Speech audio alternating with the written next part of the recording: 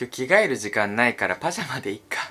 Hello everyone! 大家好！皆さんこんにちは、ひときです。皆さんは日本人と付き合ってみたいなと思ったことはありますか？それはもちろんありますよね。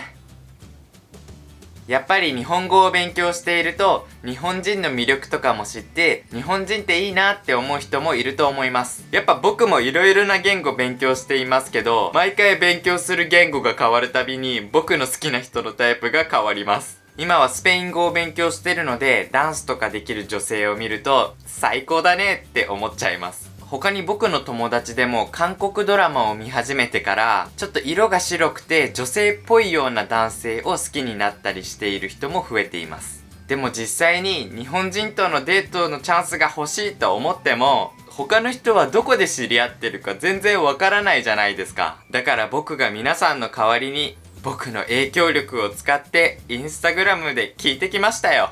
いや別に僕は全然どうでもよかったんですよ。興味ないし。それでは日本人と付き合った方法スタート。インスタでナンパされた。ちょっと待って今の時代インスタグラムでナンパするの？インスタグラムの DM とかで仲良くなってその後一緒に会ってその後デートしてなんか付き合うって感じなのかな？あれ？これ普通？俺もうおじさん？言語交換アプリ。もう言語交換アプリでは言語を交換して、言語交換をしている間にいろんなとこに一緒に行ってなんか気づいたら好きになってたってことがあるかもしれないけど、特に男の人はいろんな人をナンパしたら嫌われちゃうからダメだよ。東京に留学していた時、日本の言語交換イベントで出会った。それコミュニケーション能力が高い人じゃない？もうね、俺わかるんだよ。これは俺みたいに他の人が近くにいるとちょっとあまり喋れないみたいな人には無理だよ。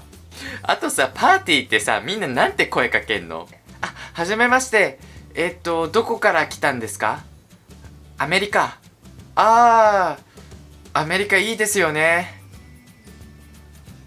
じゃあありがとう。バイバイ。ベリーマッチ。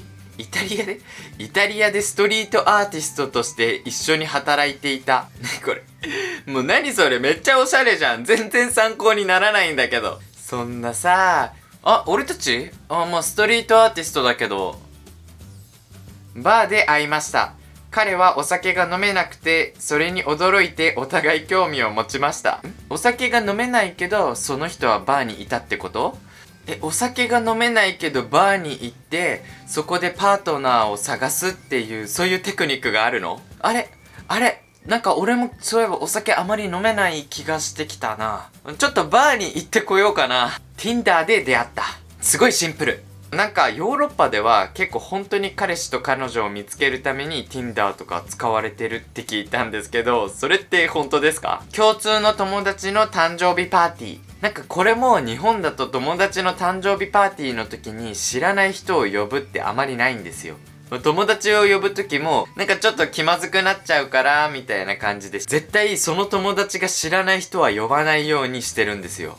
彼は留学生で大学のパーティーで知り合いました。今は彼氏です。もうめっちゃ来てるのはパーティー、留学生、言語交換。もうこの3つが一番多い。でもさ、これ全部コミュニケーション能力必要なんだよ。そんなコミュニケーション能力高い？俺は高くないよ。できる？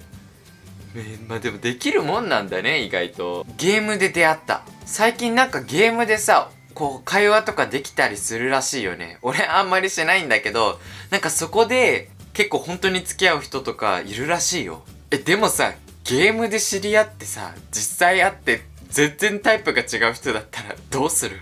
いや見た目じゃない。心だ。心が大切なんだよ。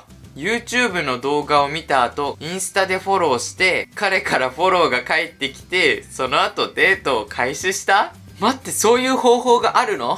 俺のチャンネル登録者数30万人だから、30万回のチャンスがあるの？パーティーで私との会話を邪魔して、なんかほっぺをつねって、可愛いねって何回も日本語で言ってきた。なんでそうやってイチャイチャのストーリーを混ぜてるんですか？この。ツイッターでも彼氏見つけてる人いるんだけど。で、どうやってツイッターから彼氏を見つけることができるの？イエー。もう壊れてきちゃったよ。ハイキングの旅行に行った時、彼女は僕の君の名はの滝くんのキーホルダーに気づいて、そして僕に三葉のキーホルダーを見せました。大丈夫？タイムスリップとかしてない？キーホルダー見つけた時にさ、君の名はって言ったんかねこれ。皆さんも女性は三葉のキーホルダー、男性は滝くんのキーホルダーをつけてハイキングに行ってください。しかもキーホルダーの写真まで送ってくれたんだけどさ、これやばくない？アニメに彼女がいます。大丈夫。僕もいるから心配しないで。いや、みんなすごい出会いをしてるよね。やっぱり一番多かったのはインターネットで出会って好きになったから会いに行くっていうパターンでした。間違っても言語交換アプリを入れていろんな人になんかデートしてくださいとか送るのはダメですよ。もうそれをやるなら滝くんのキーホルダーを買って山に行ってください。これからもみんなの知りたいことをインスタグラムで質問するので、ぜひインスタのフォローとなんか聞いてほしいことがあったらコメントに質問を書いてください。皆さんありがとうございました。